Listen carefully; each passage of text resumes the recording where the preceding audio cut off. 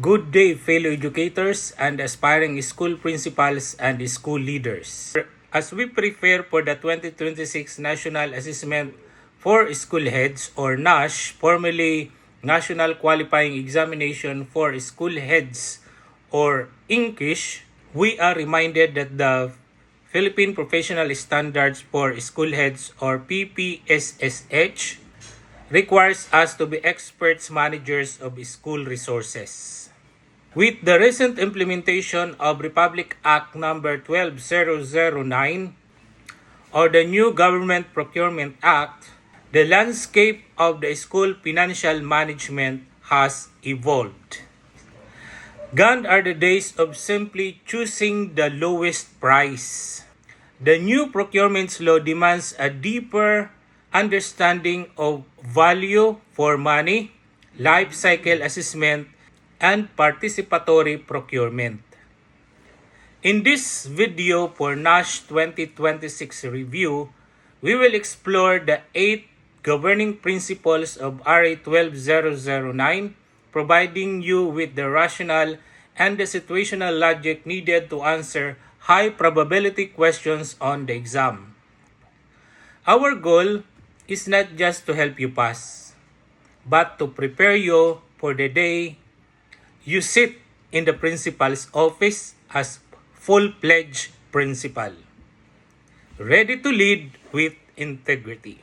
So please watch this video up to the end so that you will be prepared more for this coming NASH 2026. So as I have said, our review for this video is analysis and implementation of Section 3 of the governing principles of the new Government Procurement Act or RA 12009, the Pillars of Integrity. Who must follow these principles? Of course, the national government, departments, bureaus, and offices, the education, state universities, and colleges, including the Department of Education, corporate, financial, GOCCs, and government financial institutions, at the local level also the local government units or the LGUs. So these principles are non-negotiable and apply to the entire public sector, which is ensuring integrity, transparency, and accountability across all branches. So the 8 governing principles are the pillars of integrity in the procurement process. In the new procurement process are transparency, competitiveness, efficiency, proportionality, accountability, participatory procurement, sustainability, and professionalism.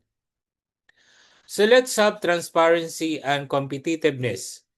Transparency means adherence to open contracting practices, full disclosure of data and information sharing at all stages of the procurement cycle. When you say competitiveness, it is ensuring equal opportunity for all, open to all eligible suppliers, manufacturers, contractors, and consultants, and prevents monopolies and encourages better pricing and quality. For efficiency, it means organized, uniform, and straightforward processes. It is innovation-driven, leveraging emerging technologies and modern solutions to reduce red tape. For proportionality, for the principle of proportionality requires and modalities must be reasonably proportional to the project's needs, prevents overcomplicating small projects and underscoping complex ones. Accountability means public officials are held responsible for their actions. Mandatory investigations for irregularities in both procurement and contract implementation. Participatory procurement is another principle, which means public monitoring, inviting civil society observers to witness the process, ensures prudent and judicious use of public funds through external oversight. For sustainability, for the principle of sustainability, it means that focus on the whole life cycle of a property, not just the initial cost. And triple bottom line, value for money, social or economic benefits, and minimal environmental impact. So ito ang bago. There should be minimal environmental impact and whole cycle, but focus on the whole cycle of the property, not just the initial cost. So titingnan din kung matagal ang magiging service ng isang property. So kahit medyo mahal pero matagal naman nagagamitin, so mas prepared yun sa new procurement act or law. And another is professionalism, creation of qualification standards, mandatory competency and certification frameworks, strict adherence to the code of ethics for all procurement professionals. So the goal of this new procurement law, especially the eight principles, is to ensure that every peso of taxpayers' money is spent wisely, ethically, and effectively, so that the result or the end goal is a procurement system that is modern, green, accountable, and open to the best providers in the market. Again, yun ang bago. Yung modern, yung green, there should be the environmental impact of the machine or the things that we are procuring or about to to be procured should have environmental, should have green, merong aspects doon sa protection of the environment. Dapat yung aspeto na dapat yung mapoprocure natin ay less ang negative effect or walang negative effect doon sa environment. So let's have these sample questions. Which of the following entities is not specifically listed as being governed by these procurement principles under Section 3? Is it local government units, private sector subcontractors, state universities and colleges, and government financial institutions? The correct answer is letter B, private sector subcontractors. While subcontractors participate in government projects, Section 3 specifically mandates the principle for procurement by government branches and instrumentalities.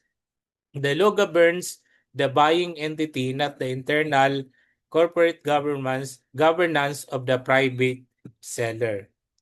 Next question. Which principle specifically mandates the disclosure of data and information sharing related to all stages of procurement through open contracting practices?